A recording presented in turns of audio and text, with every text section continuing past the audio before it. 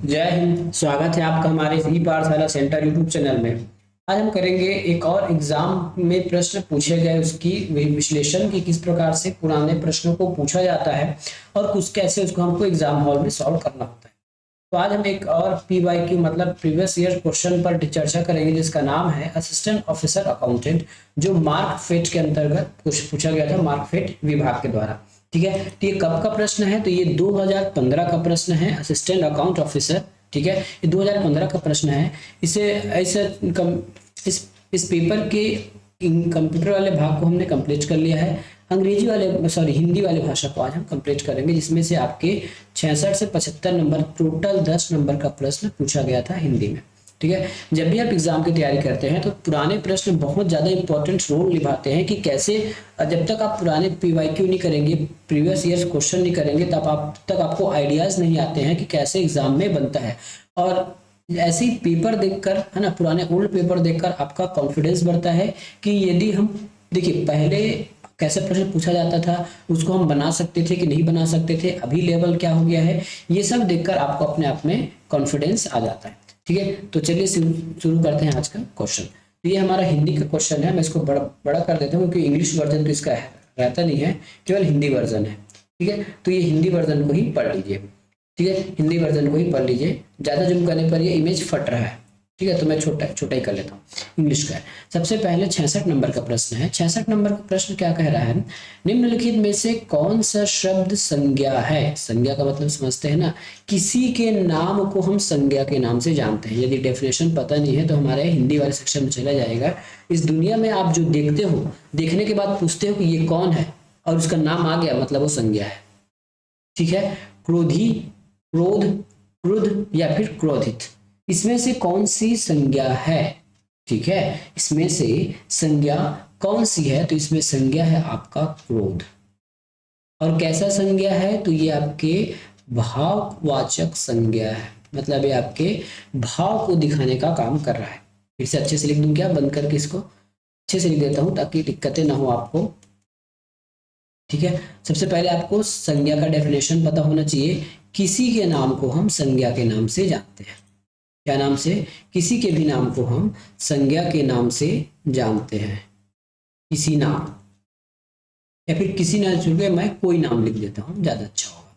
ठीक है, कोई नाम को हम क्या नाम से जानते हैं? संज्ञा के नाम से जानते हैं। मैं इसलिए डिटेल बता रहा हूं क्योंकि इसमें 10 प्रश्न है, इसलिए आपको मैं इसमें डिटेल में बता देता हूं, क्योंकि ज्यादा तामझाम तो इसमें है नहीं। कोई नाम, संज्ञा का मतलब होता है कोई नाम। इसमें नाम कौन सा होगा? क्रोधी कोई नाम नहीं है, वो तो व्यक्ति का एक स्वभाव होता है। क्रुद्ध, क्रोधित या फिर क्रोध, तो क्रोध एक संज्ञा है।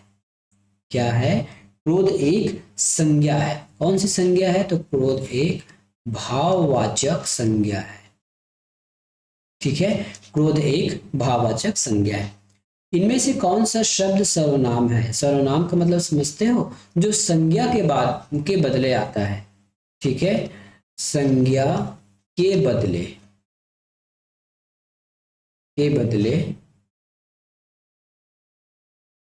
ठीक है, तो संज्ञा के बदले कौन आ जाएगा? पहला, तिगुना, कौन, ये सब। ठीक है, क्या पहला को हम संज्ञा के बदले लिख सकते हैं? बिल्कुल नहीं। तीन गुना को भी नहीं लिख सकते, सब को नहीं लिख सकते, लेकिन कौन को लिख सकते हैं। वहां कौन जा रहा है, कौन के जैसे मैंने एक डेफिनेशन बोला कि वहां राम जा रहा है। ठीक है, राम का नाम न लेकर मैं ये बोल सकता हूँ कि वहां कौन जा रहा है। ठीक है, तो इसका हम संज्ञा के बदले कौन सा शब्द उपयोग कर सकते हैं? तो इस फिलहाल इसमें ऑप्शन के हिसाब से कौन क्या हो जाएगा? कौन जो है हमारा एक सर्वनाम हो जाएगा। ठीक है, कौन एक सर्वनाम हो जाएगा। कौन एक कौन सा हो जाएगा? ये हमारा सर्वनाम कहलाएगा। यदि और ज्यादा डिटेल में इसको जानना है कि ये कौन सा सर्वनाम है, तो आपको ये पता होना चाहिए कि ये हमारा एक प्रश्नवाचक सर्वनाम है। कौन सा वाचक है? प्रश्नवाचक। ठीक है, कौन सा वाचक प्रश्ननाम हो गया है? ये हमारा प्रश्नवाचक सर्वनाम है। अगला प्रश्न, निम्नांकित में से सही कथन को चुनिए। पहला कथन है, मुहावरे का एक पूर्ण वाक्य के रूप, मुहावरे एक पूर्ण वाक्य के रूप में होते हैं जिनका स्वतंत्र अर्थ होता है। तो मुहावरे का अपना स्वतंत्र अर्थ नहीं होता है, वो किसी से रिलेटेड होता है और न ही ये पूर्ण वाक्य होते हैं। ठीक है, मुहावरे एक अन्य भाषा में शाब्दिक अनुवाद किया जाता है। शाब्दिक अनुवाद में इनका अर्थ यथावत रहता है, तो इनका अर्थ यथावत नहीं रहता है, उससे रिलेटेड इनका अर्थ निकाला जाता है, तो ये भी गलत है। लोकोक्ति स्वतंत्र रूप से अर्थवान होते हैं तथा यह पूर्ण वाक्य के रूप में होती है, तो ये बिल्कुल सही है।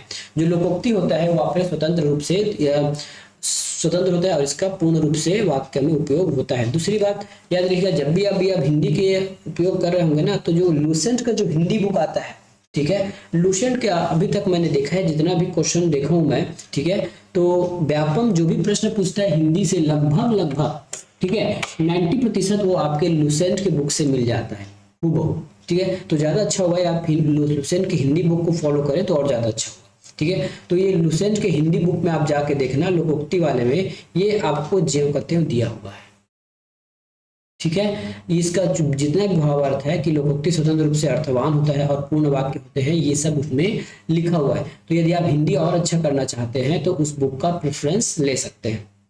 अगला प्रश्न, निम्नांकित में से कौन सा शब्द सिंह का पर्यायवाची नहीं है? ठीक है, तो मृगराज है, वनराज भी है और केहरी भी है।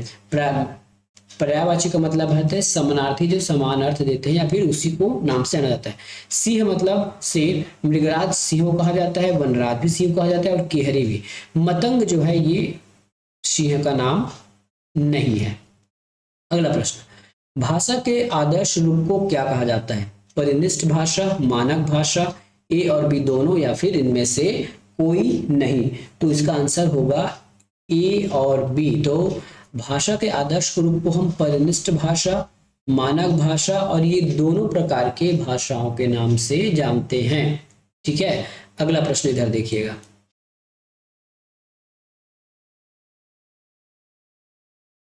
लिपि का सही अर्थ है, लिपि का सही अर्थ क्या है? ध्वनि चिन्हों का लिखित रूप, लिखने की कला, लेखनी, वर्णमाला का लिखित रूप। तो लिपि का सही अर्थ क्या हो जाएगा? ठीक है, ध्वनि चिन्हों का लिखित रूप है, लिखने की कला है, लेखनी है या फिर वर्णमाला का लिखित रूप है। तो यदि आप वर्णमाला हमसे पढ़े होंगे या फिर आने वाले समय में पढ़ेंगे तो आपको बताएंगे कि जो लिपि है ध्वनि के लिखित रूप है। जैसे हम लिखते हैं आ उ, तो इसको एक चिन्ह दिया गया है, इन्हीं को कहा गया है ध्वनि का चिन्ह के रूप में लिखना। अर्थात जो भी आप बोलते हो उसको लिखना ही लिपि कहलाता है। मतलब जो आपके मुंह से ध्वनि निकला है उसको आप चिन्ह के रूप में दिए हो। ये होगा इसका आंसर। लिखने की कला नहीं है, न ही लेखनी है और न ही वर्णमाला का लिखित रूप है। ये आंसर आपको सेम सेम लग रहा होगा, गलती नहीं करेंगे। सही तत्सम शब्द को पहचानिए। तत्सम शब्द लगभग एक मूल शब्द होता है ना। और यदि हम हिंदी की बात करें, हिंदी लैंग्वेज में जो प्रश्न पूछा जाता है, तत्सम शब्द हमेशा आपके संस्कृत के शब्द को ही हम तत्सम शब्द कहते हैं, जिसमें कोई बदलाव नहीं किया गया है। ज्यों का त्यों संस्कृत का शब्द अभी भी हिंदी में उपयोग हो रहा है। ठीक है, तो अंगूठी, अंगूठी, अंगुष्ठिका या फिर अंगूठी। तो तत्सम शब्द इसमें से कौन होगा? तो तत्सम शब्द इसमें होगा अंगुष्ठिका। ठीक है, जब तत्सम और तद्भव पढ़ाएंगे तब उसके आपको ट्रिक भी बता देंगे। लगभग ये जो ये वाला श है, ठीक है, और ये सब चीज है, ये आपके ऋषि है। ठीक है, ऋषि है, ये सब आपके संस्कृत में अधिकतर उपयोग किए जाने वाले चीजें हैं। जैसे क्षेत्र और इसी को कहा जाता है खेत। ठीक है, तो क्षेत्र और खेत, खेत आपको इसमें क्षेत्र इसमें तत्सम है और तद्भव हो जाएगा आपका खेत। तो ये वाला श और अक्ष और ये ऋषि। ठीक है, और लगभग तरह। तो ये सभी जो चीजें हैं संस्कृत में उपयोग होने वाली शब्द हैं जो अधिकतर आपको तत्सम तद्भव में देखने को मिलेंगी। अगला प्रश्न है, सविता का पर्यायवाची शब्द क्या होगा? सविता, भास्कर, मतंग, मार्तंड या फिर इनमें से कोई नहीं। ठीक है, तो सविता का पर्यायवाची इनमें से कोई नहीं है। ठीक है, सविता का पर्यायवाची इनमें से कोई नहीं है। जिस शब्द की विशेषता बताई जाती है उसे हम क्या कहते हैं?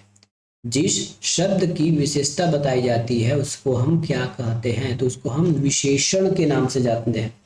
किस नाम से जानते हैं? सॉरी, कुछ अलग प्रकार है। जिस शब्द की ना, मैं थोड़ा कंफ्यूज हो गया था। जिस शब्द की विशेषता बताई जाती है उसको हम क्या कहते हैं? विशेष्य कहते हैं।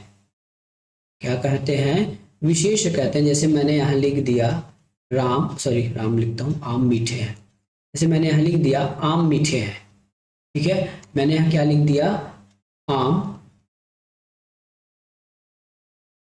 मीठे हैं, ठीक है। तो ये मीठा इसको अच्छा बता रहा है, और ये मीठा किसके लिए आया है, तो आम के लिए आया है, मतलब जिसकी विशेषता बताई जा रही है उसको हम विशेष्य कहते हैं।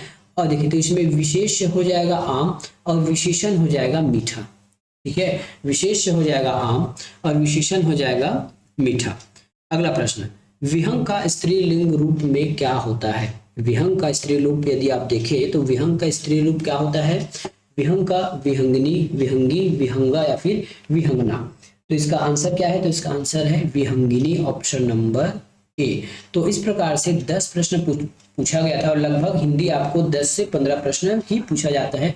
कुछ कुछ एग्जाम है जिसमें अधिक नंबर पूछा जाएगा, जैसे आपके टेट के एग्जाम में 30 नंबर, उसमें भी आधा आपका पैडागोजी रहेगा, ठीक है। और आपके जो ईडीओ के एग्जाम है उसमें 30 नंबर, लेकिन मोटा मोटा अगर देखा जाए तो आपको अधिक मिनिमम 10 से 15 नंबर का ही हिंदी पूछा जाता है, और इंग्लिश 10 नंबर और हिंदी 10 नंबर। तो 10 नंबर के लिए आपको इतना तो मेहनत करना ही होगा। और ये हमारे पुराने PYQ यदि आप देख रहे हैं तो अच्छी बात है, पुराने जितने भी अभी तक के पेपर हैं 2015 से लेकर अभी तक सबको हम इसमें आपको करके दिखाने वाले हैं, सॉल्व करके। मिलेंगे अगली वीडियो में, धन्यवाद।